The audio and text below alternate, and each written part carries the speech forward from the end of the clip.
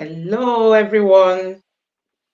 Yes, you are all welcome to today's live session. So, guys, we've got a lot to cover this night. We want to give you guys insight of what is in the transcript, you know, that was produced from the interview, the testimony from Chicago State University, because I believe some of us may not have come across that transcript. And I tell you, it's got a lot to offer us. A lot of information can be deducted from that transcript. And that is what we really want to dive into. And since this case came out, so many people from the opposition, from the APC, they've come out to say that it's an empty information, that article did not achieve anything.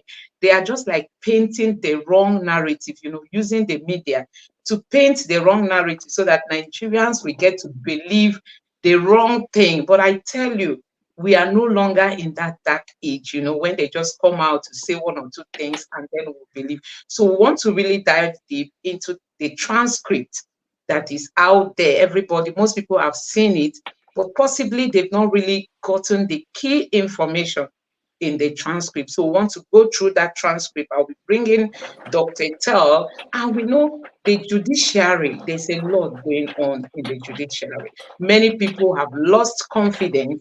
We saw the CJN coming out to say that the judges, the newly sworn in judges, shouldn't be scared by the narrative on the social media and all that. But we know that we are just lending our voice for what is right.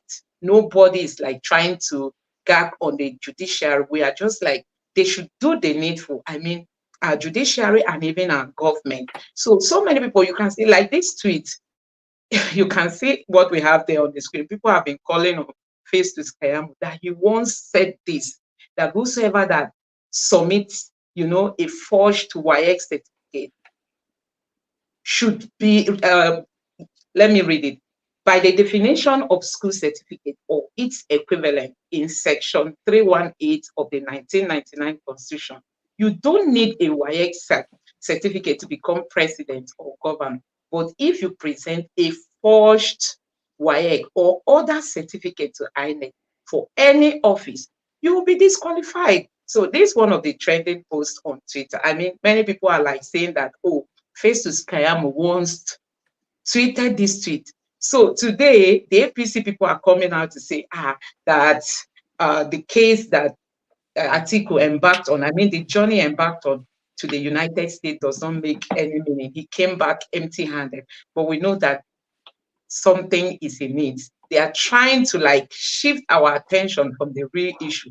But we've made up our minds that we can't be distracted anymore. So I'll be bringing Dr. Tell to take us through this. We want to look at the transcript. We want to look at the role of the judiciary in all this. We also want to look at the role of the media, because it appears the media, the key media houses, they've not really played their role in this case. They've not really dug deep into this thing to bring out some of the facts.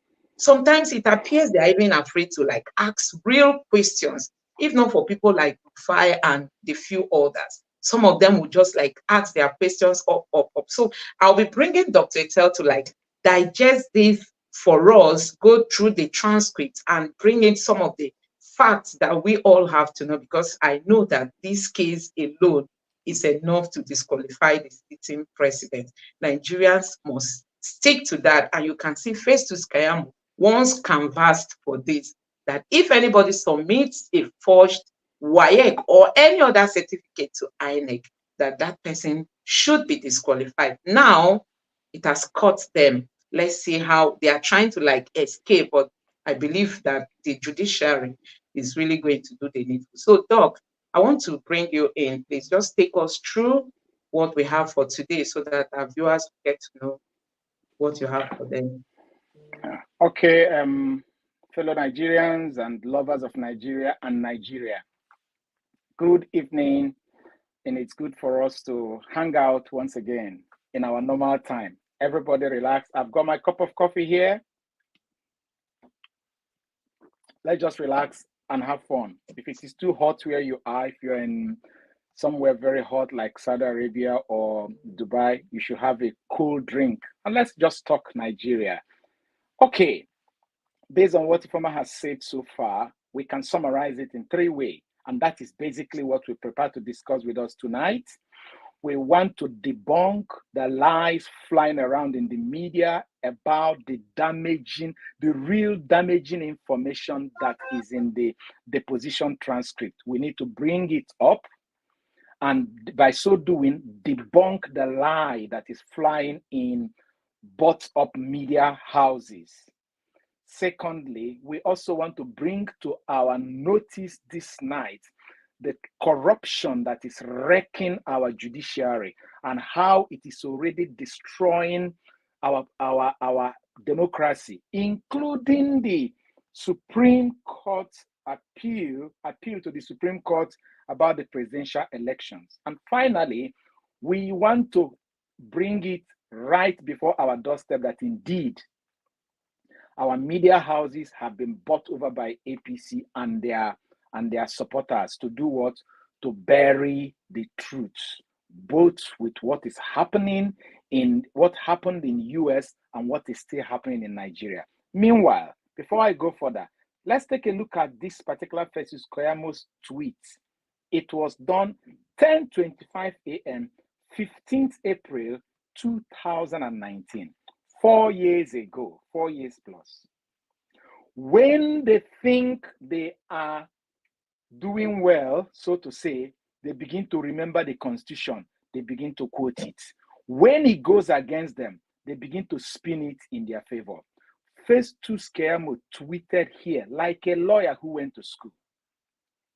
His tweet here corroborates the judgment of the Supreme Court and the Appeal Court with respect to forged documents in elections.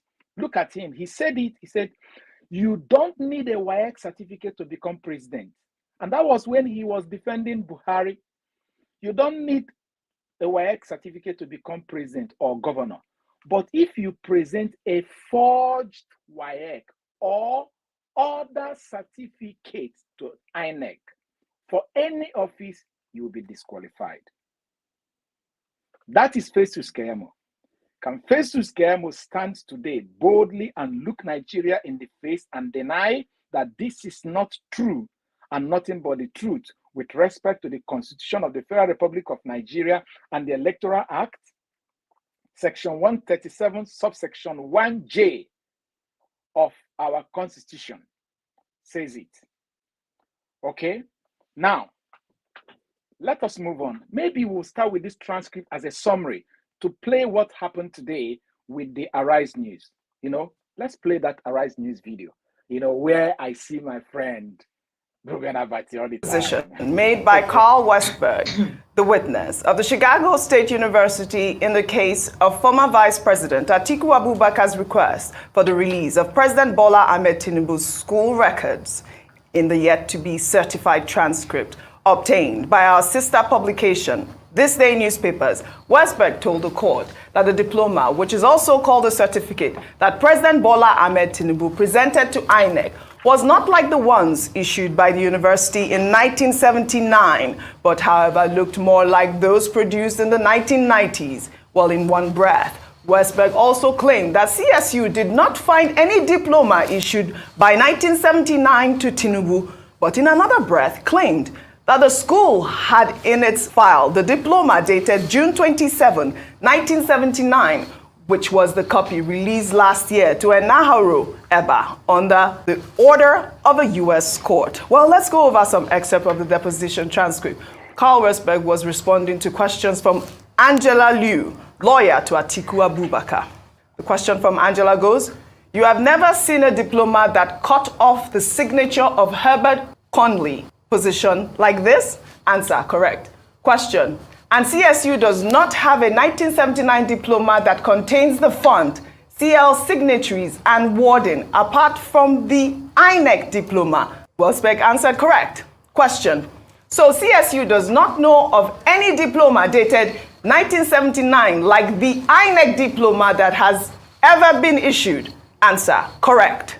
Question, And CSU has no record of issuing this INEC diploma to President Tinubu in 1979. Westbeck answered correct. Another question. And CSU did not issue a diploma dated June 27, 1979 to Tinubu in 1979. Westbeck answered correct. Well, another transcript there. Angela asks, just hold on. The diploma says... Just hold on.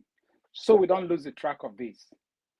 As the military would say in those days when they were in power, fellow Nigerians, with all that is flying in the media, the likes of TVC, PM News, and all what have you today, what did this transcript so far say to us? Did it? He said no. The INEC diploma they are calling means the particular certificate submitted to INEC. They have given it. I have the transcript with me though. If you want it as usual, it could be sent to you people, sent to us. Okay, I don't know if we can. We'll send it as a link. If I could do it from tomorrow, it's 155 pages. We've gone through it. Everything is indicting. Everything is killing.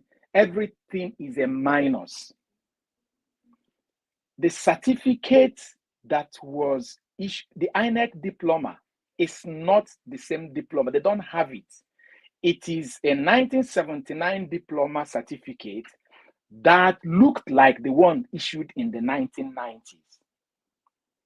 These people also say they did not see anywhere where there was an application for a issuance of certificate. There was no application for a certificate to be reissued, not in 1990s, not in the 80s, not in the 2000s and co. So you can see the first page so far we have gone through. Does it look to you people that the man we're talking is exonerated, as is flying in the media? The answer is capital no. Continue, please.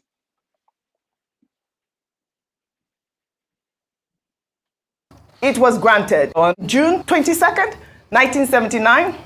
Westbeck answered, yes. Question, and CSU did not have a board of trustees in 1979, did it? Answer, true. Another question. So let's look at the signature on the INEC diploma on the right. It looks like one of the signatories from Elnora Daniel, correct? Answer, yes. Another question. And Elnora Daniel was not the chair or president of CSU in 1979, correct? Answer, correct. Angela also asks, she was president in 1998 to 2008, correct? Well, Westbeck answer, as far as I'm aware. Well, you know this has caused a lot of reactions, guys, because, you know, is it the word forgery or the certification? But let me take a tweet from David Hudeni, who wrote, just got a hold of the written copy of yesterday's deposition.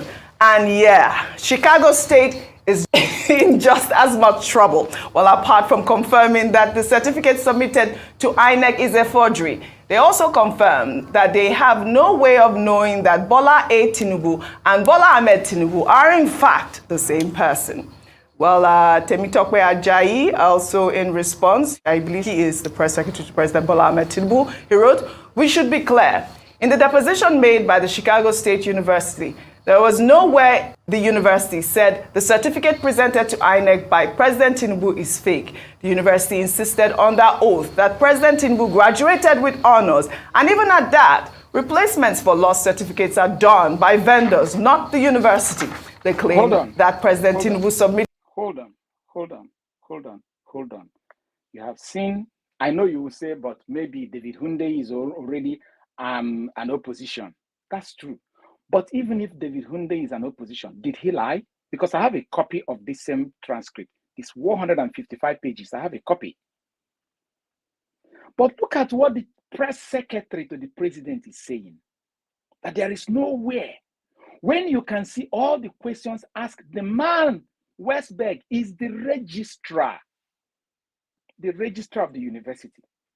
The registrar of the university said that there is the certificate that was the INEC diploma, what they call it, has a model of 1990s, but not in the 79. That is number one. The INEC diploma was signed, as it were, Elnora Daniels, who was not even a member of the Board of Trustees or employed by the university in the 79s. So apparently somebody hacked into the certificate model of the 1990s and cleaned up a name and inserted another name there, because at that particular time, the office they assigned to Elnora was the office she was holding then. And the chief press secretary to the president is saying there is nowhere. We don't have the time. If we really have the time, we'll go back and play back from where we have listened to this night and compare it with this president press secretary saying, and you can see how the lie is a big fat lie. We really don't have much time to continue. Now, I think we need to pause it here. We've made our case this night. There is an indicting and indicting. When you're done reading these 155 pages, you ask yourself, are we not ashamed as Nigerians that this is what a small boy that finished his master's degree in 2013, because the guy who is registered then now just finished his master's degree in 2013. How do I know? Because he stated when he graduated, the university where he graduated, everything is in the transcript. Look at the kind of information he's using to damage the president of a whole country, over 200 million people. And people are still defending. Instead of people say, we acknowledge that this error has been made, how do we move forward? They are still lying on top of a lie, which is that thing they say, when you lie and you're caught, you're going to lie the second one to cover the other lie. And I think that's what's been happening. Right from 1976, 1977, somebody started this journey with a lie by, first of all, claiming that a secondary school that was not existing gave him a certificate. And then again, claiming that a Southwest College that he did not attend gave him a transcript with which he used to scam a whole university. Because we are now trying to say, if indeed this person went to the university, he must have scammed his way into the university. So let us accept that he went to the university. And then from there, came back to Nigeria, so back as 1999, and have been playing. So this is a pattern of behavior that have lasted for about 47 to 48 years. And people are still sticking out their neck to defend, including Festus Keyamo, that has stood before the judges to fight this same cause we are fighting today. I pray, God, may I never get the kind of opportunity Festus Keyamo got in politics that will make me deny myself like him. Because he knows the truth. But the politics money, he has eaten that poisoned apple of politics, and everything he believed in, he's rejecting it. And that is one of the reasons why our democracy and our politics and our leadership and our economy is in a mess today. When the likes of Wole Soyinka, men all of us respect, can now wake up in the face of these lies, Soyinka is not talking. And this is supposed to be a Nobel laureate, a scholar, whom all of us, when it comes to the issue of academic certificate, qualification, forgery, a man like Wole Soyinka should be on the streets, revolting, screaming, condemning. Where are they today? Where are they today? Now, that leads us to show us what is happening in our judiciary. Because when it comes to our governance, the official people that are governing us are the legislature, the executive, and the judiciary. The legislature grew through the rank and file of their professionalism. The other two arms are pure politicians that can kill and do anything to get to power. Judiciary can tame them. Therefore, anybody who can tame the judiciary will control our politics. You agree with me? And so let us see what is happening in our judiciary, please. Let's play. 23 High Court judges that was sworn in happens to be the son of the Chief Justice of Nigeria. Can you do it? Can you go back a bit? Can you go back a bit? That one of the 23 High Court judges that was sworn in happens to be the son of the Chief Justice of Nigeria, Ariwola Jr. What do you make of the optics? Is there anything fundamentally wrong with that? It's messed up. Thank you for having me. I mean, I'm not going to disappoint you and tell you that it is fantastic. That is not true. I think the idea that the Chief Justice of Nigeria, and first of all, I've got to wish all the new judges well. By the way, judging is a very difficult thing. It's a huge responsibility to sit in judgment over others. For those who are Christian or live by the Christian Holy Book, it says, "Judge not so that you shall not be judged." And so judging is a very heavy responsibility. And I'm not going to sit down here and tell you that I don't have a sense of consideration for the responsibilities these people are taking. I think I'm older than everyone who's been sworn in here. And so anyone who's older than me falls into a bracket, younger than me falls into a bracket. But that said, the idea that the Chief Justice sits down at the NJC to be approving appointments for his son and the children of his mates and all of that is messed up. And we have to be honest in saying that. He's saying the NJC barks and bites and bites aggressively. Will the Chief Justice bite his son aggressively? That's the problem. When they are filling the judiciary with their family members, will they be going to bite their family members aggressively? These are other people's children that they'll be biting aggressively. There is something fundamentally wrong with that. That's the problem here. So in this case, you've been on the issues of rights for the people and as well. This is coming back to the judiciary, the NJC, and perhaps we should start talking about how we got here, because as Nigerians and every lover of jurisprudence will say, justice must be seen and felt. What do you think should be done to remedy a bad situation as highlighted by you?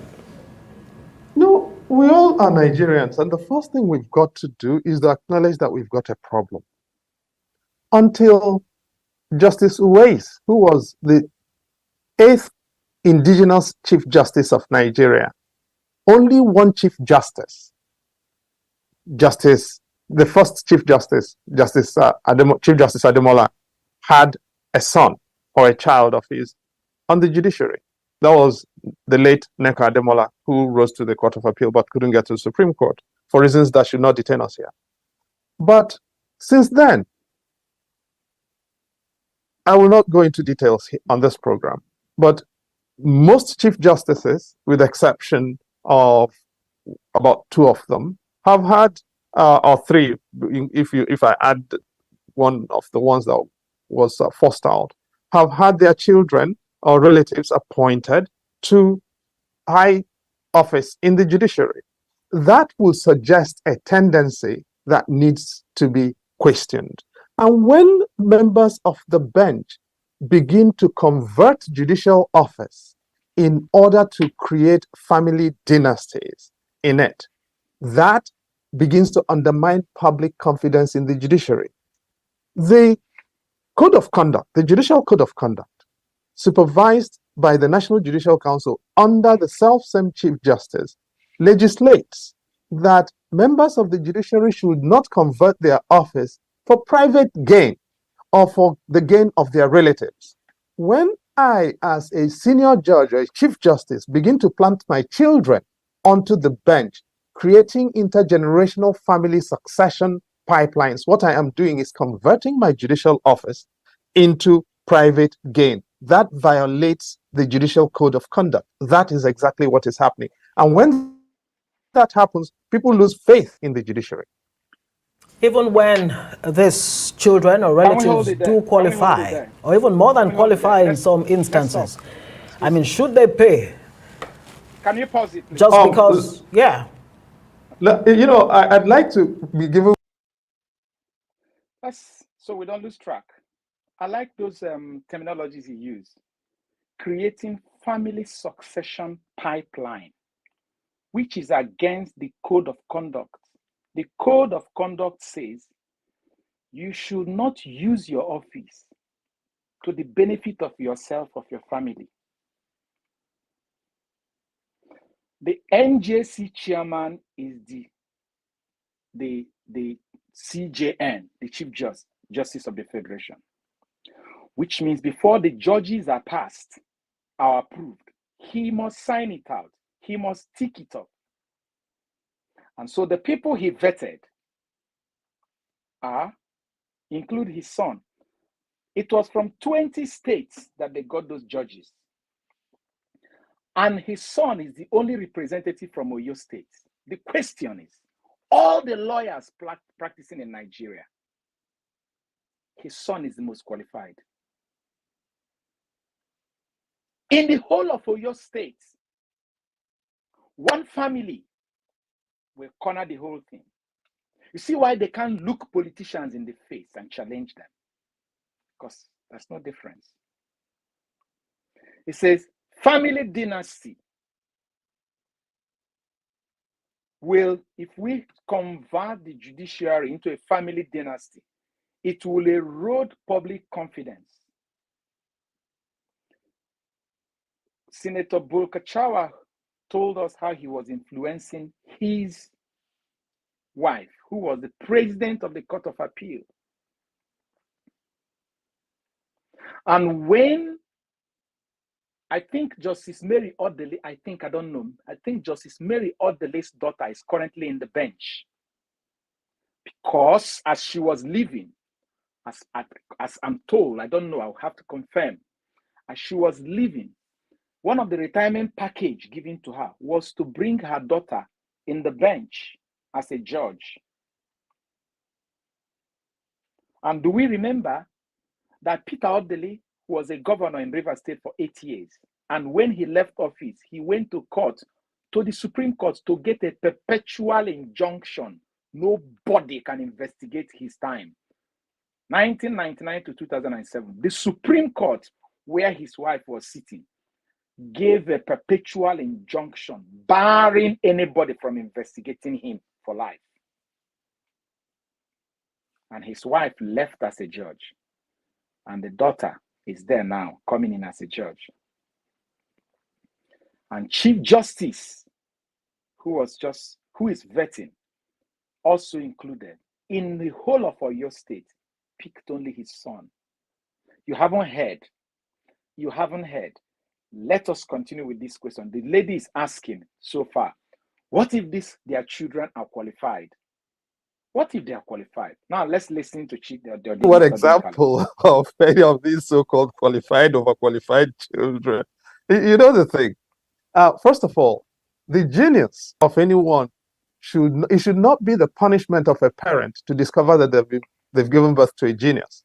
If you've given birth to a genius, the world should certify it, not you. So a self-interested certification by a parent of the genius, judicial, forensic, legal genius of their child will always be self-interested and suspect. Number two, as a matter of fact, I can tell you stories and give you instances of people who have sons and daughters and other people in other relationships I don't want to mention on children's television, who have failed the examinations and yet been jumped over people who were better qualified because they were what? Related to judicial figures. Femi Falana 2 years ago mentioned one who actually scored 0 in the written tests and was nevertheless appointed. He came from one of the states of the Southwest. In this cycle of appointments, as actually amongst the people sworn in today, if I may, there was one particular one who failed the computerized tests, but was jumped ahead of people who passed.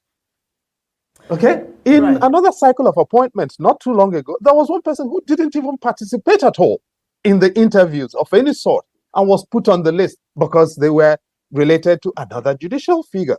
When these happen like that, and the people who are involved, I am not involved, but I know, and don't ask me how I know, but I know when this happens and people know these things, they don't have respect for the people who are appointed. Not mind the fact that we'll go and say, my lord and my lady. We know who is who.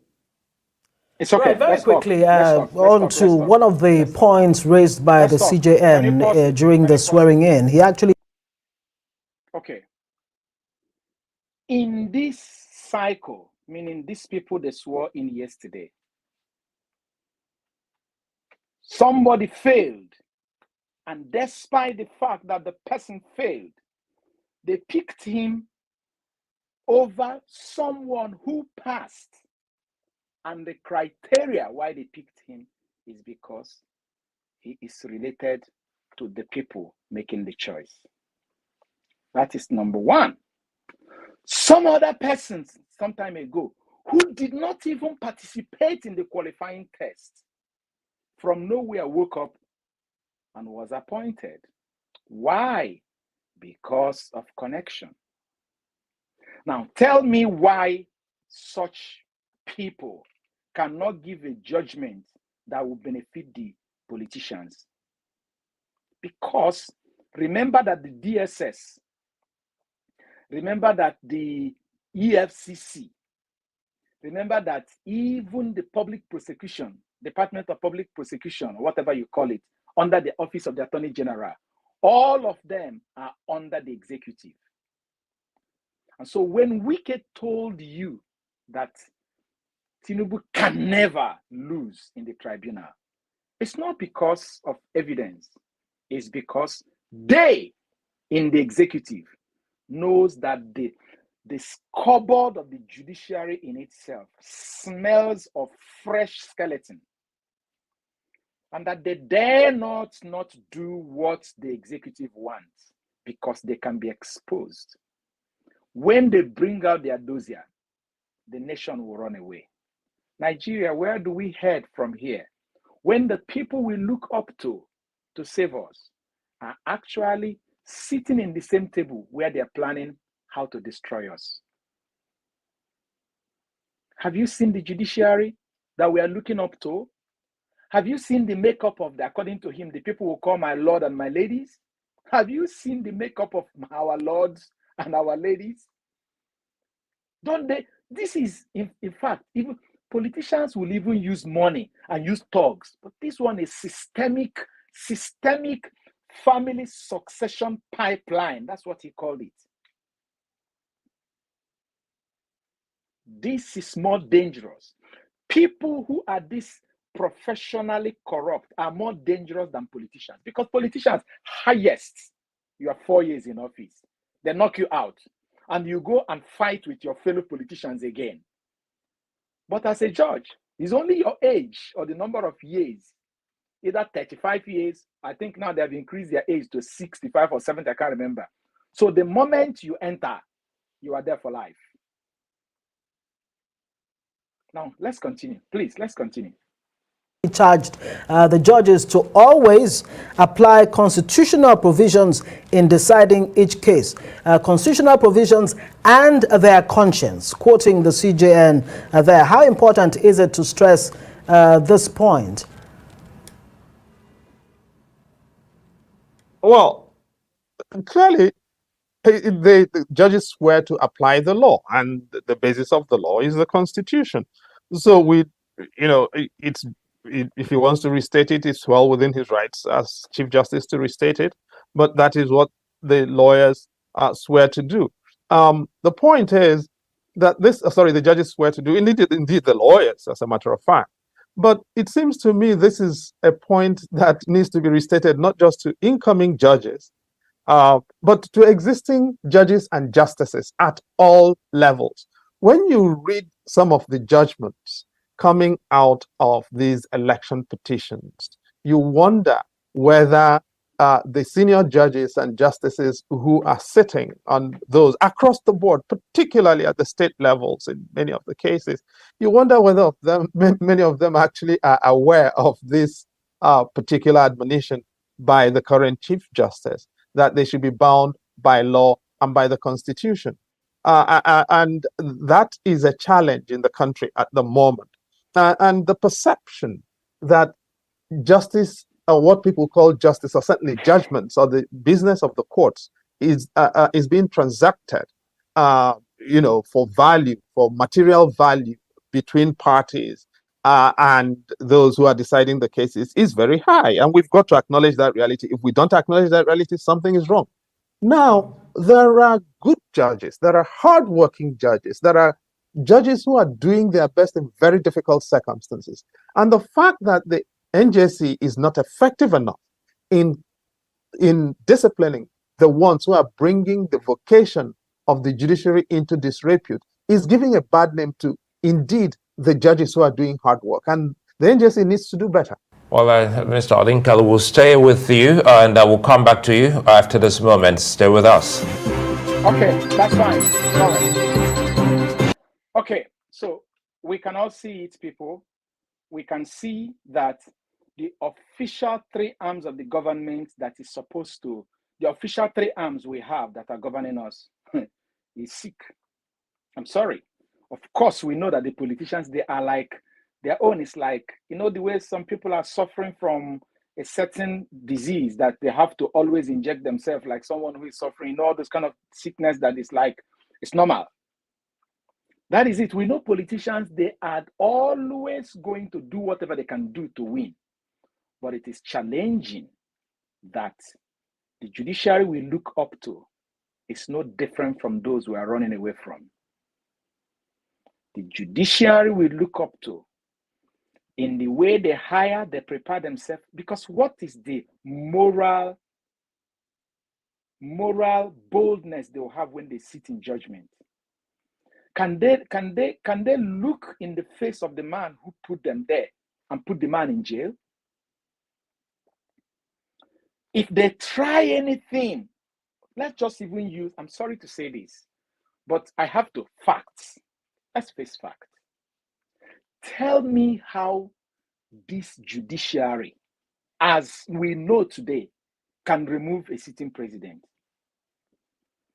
When, if they try it, remember, it was a defense lawyer to the president that has now been promoted to become the Minister of Justice. He is now the Chief Executive Officer of the Judiciary. He will read the Riot Act to them and say, behave yourself, because DSS might, remember during Buhari's regime, how DSS was raiding judges' quarters. They couldn't even find anything because these were judges who looked at the system and they feel like we don't know what is happening. You can imagine the sleaze that is happening in the judiciary. And now ask yourself, how can these people deliver justice? No, they will only deliver judgment, but not justice, unless our God. Somebody asked me today, we're talking about this, and I say, then the person said, well, then what do we do? I said, God is in heaven. He can come and scatter all these people and reset the whole thing. But that aside, there is also another body we call the fourth estate of the realm.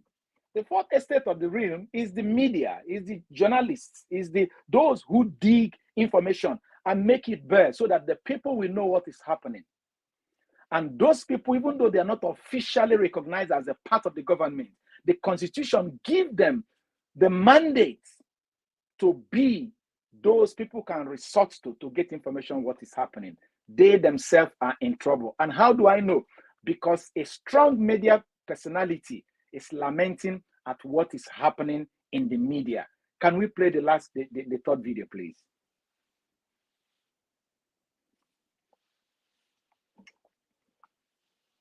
Bless you. Good morning, Mary. Beautiful morning. Now, we're starting on a good note this morning before we go into the big stories, the big ones. This says Nigerians to obtain passport in 2 weeks, says the federal government. Now, this minister is one of the ministers that is giving Nigerians joy. I did my own research and I found out that some people that have applied for passport, they were among the backlog that was cleared. They actually came out to testify. They told me that they were able to go there and that they got their passport. They told them to come back on Friday, you get it, and they actually got it. So this minister, Olubume, is giving us joy.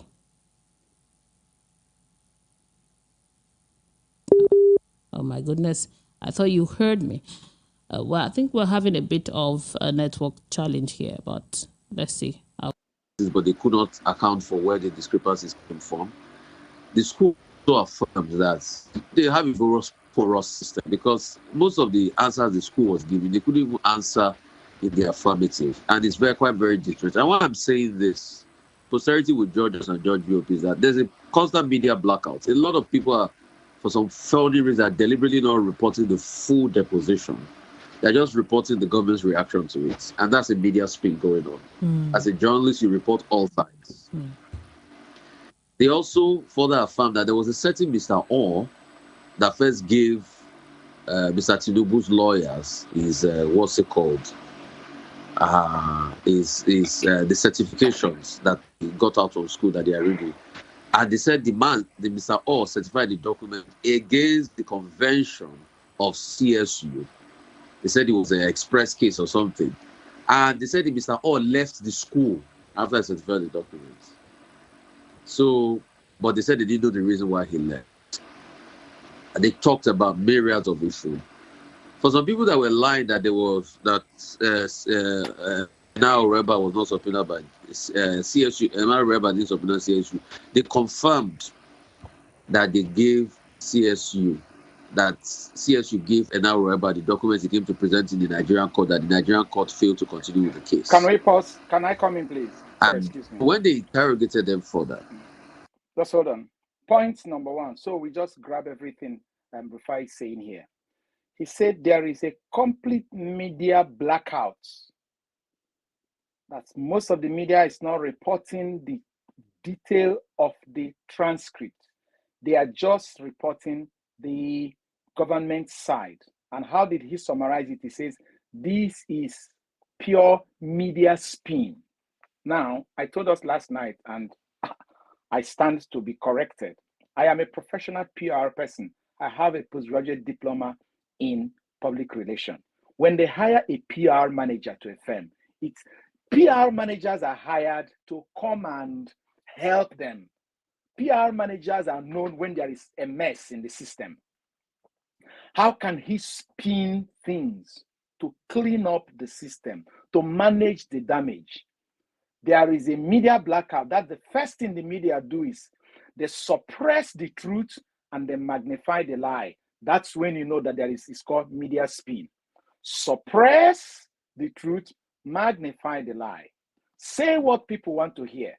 That's what TVC is doing. But I don't have any problem with TVC though, because TVC is owned by the man. If they are not defending their man, that station will close. But it says, be a balanced media. To be a real fourth estate of the realm, you have to do what? Report both the good and the bad and let the people make their choice. Let the people make their choice. Thirdly, he said here, Mr. Orr, certified document that was given to Tinubu's lawyer against the convention of the university. And after that, he left the university and nobody knows. These are contained in the transcript. I have it. The guy, they don't Roger the guy well. That's what I'm thinking. He looked at his retirement benefit and every other thing and feel like, look, how much am I going to get from this system relative to what I'm being offered? Come, he made a move. After certifying a document, Mr. Orr, the guy Waka, he jackpot out of the university. And the reason why he left the university, nobody knows. Just so we see some of the things that even happened before we knew. So the pattern continued. Let's go on. That you say you don't have any student record in your deposition, but where did you see the record you gave an hour Reba? Then they changed mouth again. On the part of Mr. Henderson, yes, when he asked his question, they confirmed to him that, okay, there could be public case of clerical errors, like they said before, and he also confirmed that they graduated and he asked a couple of other questions. But what it is that it's quite very, very shocking, the deposition. And it's in full. I think every Nigerian should know what is happening. I just needed to say this out there, and that's the facts and nothing but the facts. Over 200 pages deposition. I took out my time. I read through everything yesterday. I said 155 pages as a matter of fact. Because some people were trying to say all sorts yesterday. In fact, some newspapers tried to spin it based on their own angle and all. But that was not the truth because they didn't see the full transcript. The full transcript was not out until 12 noon yesterday. So this is the highlight of, the the full transcripts. Yeah. Thank you for bringing that out, because there are different angles to this story, to this different perspective, different. Some people are saying that There's a complete media blackout on it. In fact, the only paper I've seen this morning that quoted from the full transcript is this day. They're the only ones that had the balanced side of the reportage. The other papers I've seen are just reporting the government's reaction, which is not balanced media. Why don't you put the whole story out there? Now, some argument, think in the public discourse, it's been said that, okay, the school has affirmed that he actually graduated from that school, from the Chicago University, and also he's male. So what else are people looking for? That's Mary, but the school could not affirm that because the school did not even verify the Southwestern College record. They said it in the deposition yesterday that was showing that he was female. The school also confirmed that they don't have a good verification mechanism. The question, the bone of contention is not graduation, Mary. See, for you to submit a document under oath, there must be an authenticating body of the documents. So what the president did was that he submitted a document that did not come from the school under oath, and he claimed it came from the school. And that's false under oath. That's the substantive matter here. It's not a case of graduation or no graduation. All right? He claimed that the document was from his school, and he submitted it under oath. So take, for instance, Mary. If I want to submit a document to you, there's going to be an issuing body. It's the issuing body that authenticates the document. They will have some level of veracity. So take, for instance, if I write you a letter and say from VOP, that's the issuing body. I have my authenticator. What if VOP now says they didn't write the letter? They got it from somewhere else. Is that a fraudulent letter? Yes. That's the bone of contention. So the school has been able to affirm that they did not give him the document that he submitted to INEC. It's called the INEC diploma. The diploma is submitted. Well, is this admissible in courts? That, because at the end of the day, what the Supreme Court, Mary, we did take this. Mary, I don't want to talk too much about our judicial system, but you and I know our judicial system very well. Our judicial system that, as I yesterday, the new judges were selected. There's a man, Anselm Chidi-Odinkalu, wrote an article talking about the fact that most of our judges are now putting their children in the judiciary. In fact, yesterday, when they asked me this question, I said, oh, if they merit it. But on reading Anselm Odinkalu's article, I saw some sense in it. Because take, for instance, they said in 2020, about 15 positions were announced for new role judges in Federal High Court. That most of the 30 people they not finally employ were people that had affiliations to one or two judges inside the place. So it's to the court to admit it, but it's not the court to decide. But this evidence is clear and damning. And this is a clear case of logic. You claimed that the document you submitted was authorized by an issuing body. The issuing body said they did not know about the document you submitted. So what is that? So the issuing body cannot authenticate your document. And that's why the guys were not ready to authenticate the document, because they didn't give him the document. People have also extended the argument by saying, you can print a third-party document, it's just ceremonial. For you to submit a document to a body like INEC, it must be authenticated, because it falls short of the Evidence Act.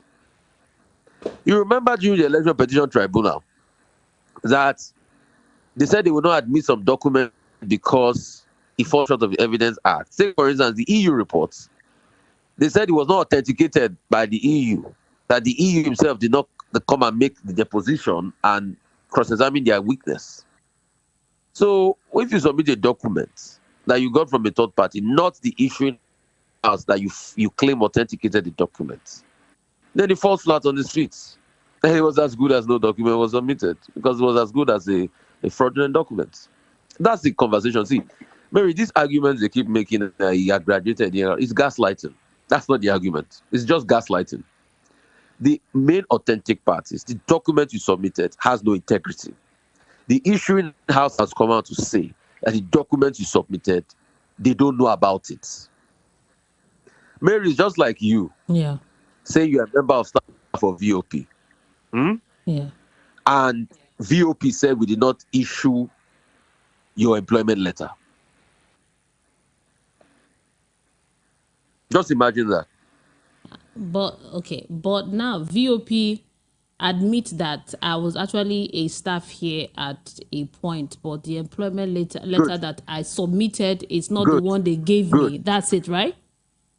good. So, Yes. what does that make you a staff? Automatically, according to the law, you were not a staff of VOP.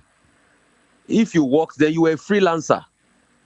But if at a point VOP said, okay, I was a staff here and this is the employment letter they gave me, but the one I am submitting to you is a different one, but actually I was a staff here at some point. So automatically, automatically what they are saying is Yeah. you were a staff here. Yes. Eh? Uh-huh. You could what they were it's not that what they were saying. You were saying you came here, but what they gave, what you are submitting is not what they can authenticate. What authenticates you to actually be their staff is the fact that they can defend you and say, okay, the document you now went to tell another person with that you came here with is what we gave you. We authenticate it. But now they are saying they did not authenticate. They didn't know how the document was generated. Okay. So yeah, I think you. Okay, So It's it's becoming clear really. enough. So it's clear here. Let's see. Imagine if all our media personality have this voice like Rufai had here. Now, listen, Rufai is not my friend. Rufai, in terms of reportage in the Nigerian politics and co, has been excellent.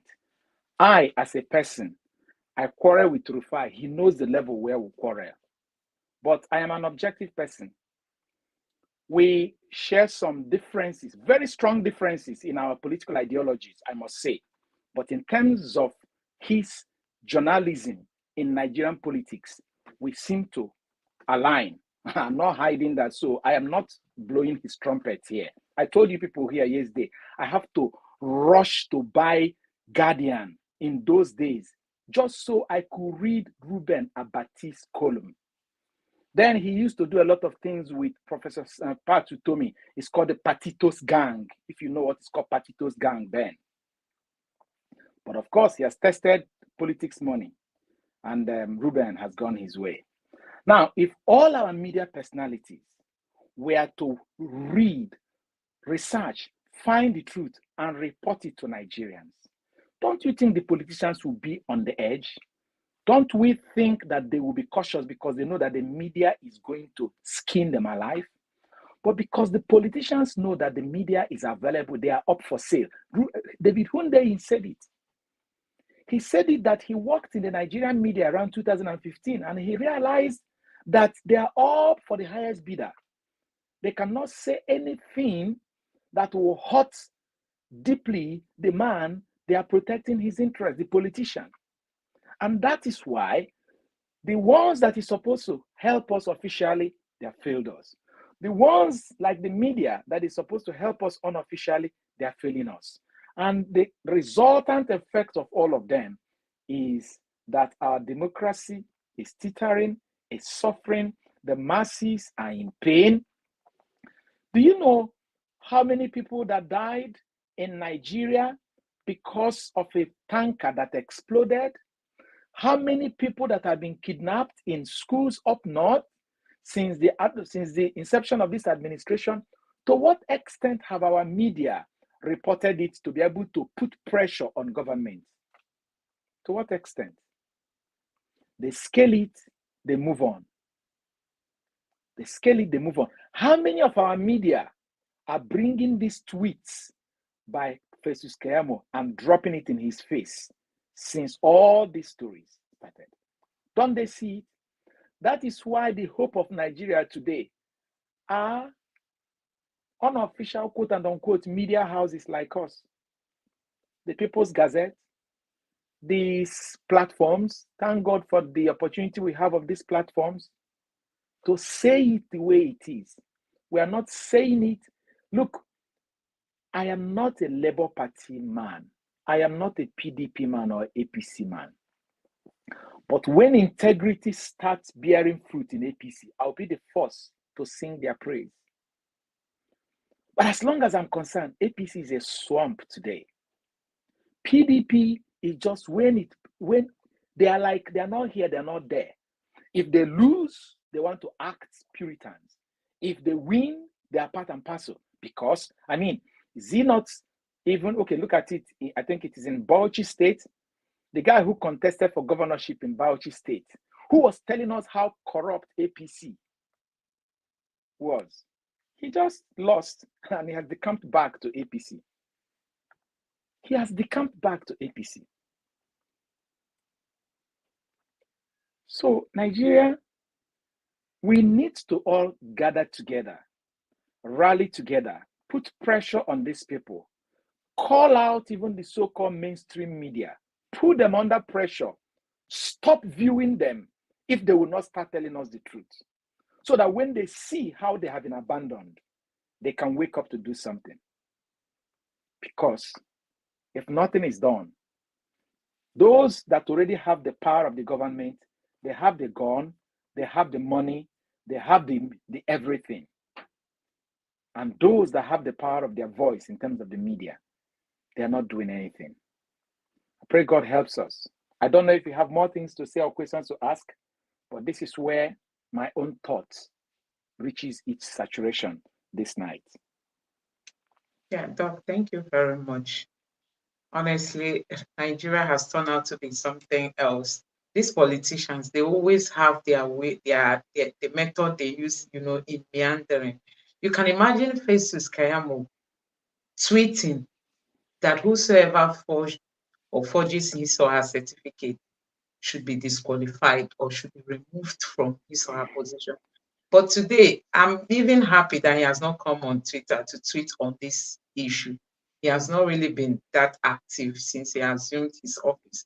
But you can imagine how these people always like speak from one side of their mouth, and the next time you meet them, they are speaking from the other side. This was how he was even one of the people that was calling out Tinubu on this certificate of a thing. That was then. But today, he has turned around to like, it doesn't matter.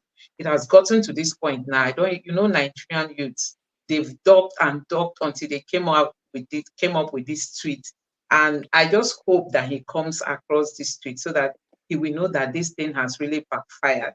I don't think he never knew that a time like this will come up in the history of Nigeria, that a sitting president will be undergoing what he's passing through today.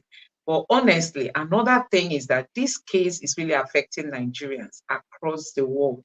I watched a particular video today where they were talking about some nurses in the UK have been asked to retake the exams that they took before because it was discovered that some of them forged their certificate. You can imagine just a few hands of them forged their certificate, but now they are like a huge number of them are being asked to go and retake this exam.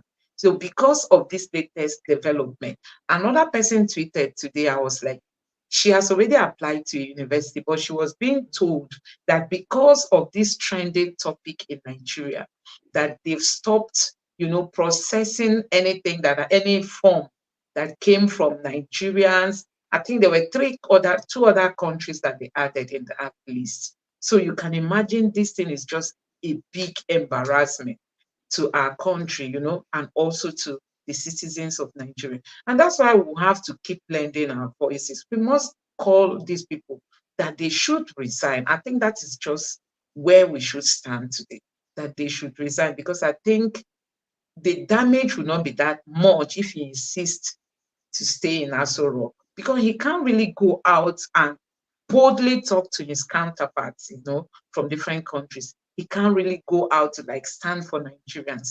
And we can't afford to like stay in that kind of situation for the next 3.5 years. That's why we have to just keep lending our voices. Honestly, this thing has brought a very huge embarrassment. And for our politicians, we know the kind of the way their hearts are hardened, as in they came out on the media only to tell Nigerians that Atiku went to the US, he came back empty-handed, that the information he brought, the record does not mean anything. You can imagine the kind of narrative that they are painting upon the fact that the registrar of Chicago State University said the one submitted to INEC, we didn't give it. And Festus Kayamo is saying that anybody that forges WAEC certificate or any other certificate and submits it to INEC, that person should be disqualified. You mustn't submit a certificate, especially a degree or even a WAEC certificate. It's not a must. But if you claim you got to that stage of life and you presented a certificate, it was not discovered that it was forged, that you should be disqualified. This is a spokesperson for Tinubu, and this was what he posted. He tweeted years back, not knowing that it would backfire today. So I think it's really time for us to, stick with what we've been saying all this while, that these old politicians should like give way for new people, fresh people, people who are not desperate, people who are ready to serve. And you can imagine, since it's about 6 months that they got into office, nothing is working in Nigeria. I mean, nothing, because they can't really sit down to think. People have been accusing this current government that they are just choosing, he's just like choosing his boys, the people that worked with him in Lagos, fixing them in key position, whether they understand the system or whatever the job that they have been given to. They don't care to know. They just want his boys to be around him. And Nigerians are the ones suffering. The taxpayers who are even struggling with their businesses, they are the ones suffering today. So I just hope that the judiciary will stand firm. We've seen the CJN swearing in his own son. Possibly there are other people who are more qualified, but they won't see them. That's the kind of system we have today.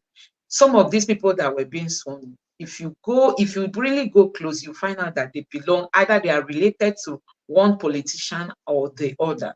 And you don't expect this kind of people, after getting this favor, you want them to come and rule in your own favor. I mean, in the favor of the Nigerian people. No, they want to stand with those that puts them in those positions. And that's why we must keep fighting until we get a better Nigeria that we all can trust, that until we start having institutions that are independent of all these politicians and the influence that comes from those in positions of power.